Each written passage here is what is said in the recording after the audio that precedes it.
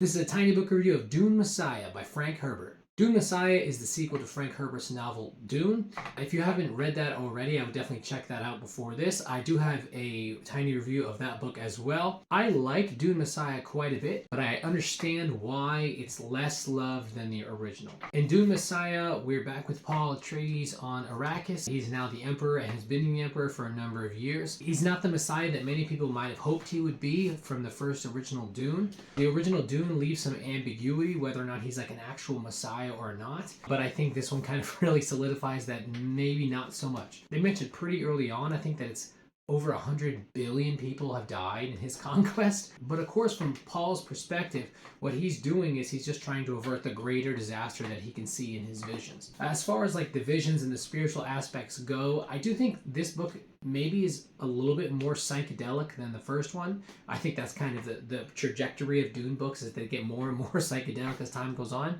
So it is kind of a hard read, to be honest with you. I mean, it's only like 250, 260 pages, but it's just so kind of out there sometimes that it's kind of a slog to read through. And it's kind of a weird experience, because usually when I read a book and it takes me longer to read that book, it's because I'm bored of the book. In this case, it's because it's dense, and it's because his descriptions are very elusive. When I say that, I mean that they're very mystical. And like with all good sci-fi, the philosophizing is really what shouts out at you the most. And I think that's kind of the explanation of what's happening with Paul. The premise is not like, what would you do if you could do whatever you want? The premise is, what could you do if you knew everything? If you knew everything, could you prevent everything bad from happening? I think Frank Herbert basically says no.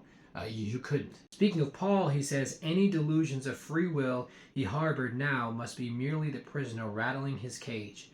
His curse lay in the fact that he saw the cage.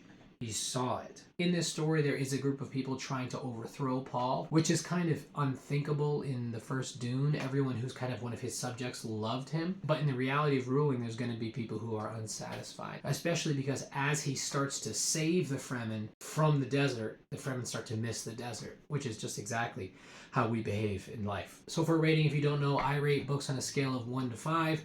4 and 5 being I think everybody should read that book. 3 to 4 meaning I think maybe particular people should read that book. And then anything below 3, I basically say nobody should read that book.